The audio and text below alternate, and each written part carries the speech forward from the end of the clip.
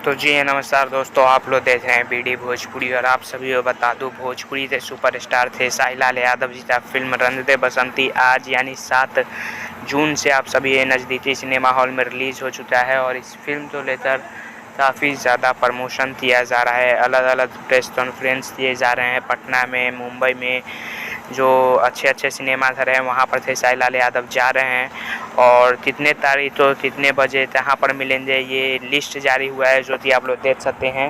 रंग दे बसंती प्रमोशन पर थे साई लाल यादव और उनकी पूरी टीम आ रही है। इतने तारीख तो यहाँ पर वीडियो रोकर आप लोग देख सकते हैं, पढ़ सकते हैं। और अपना अगर आपके शहर में आ रहे हैं, इसमें नाम है, तो वहाँ पर आप लोग लाइव थे साई लाल जी फिल्म भी देख सकते हैं और लाइव थे साई लाल यादव जी को भी देख सकते हैं।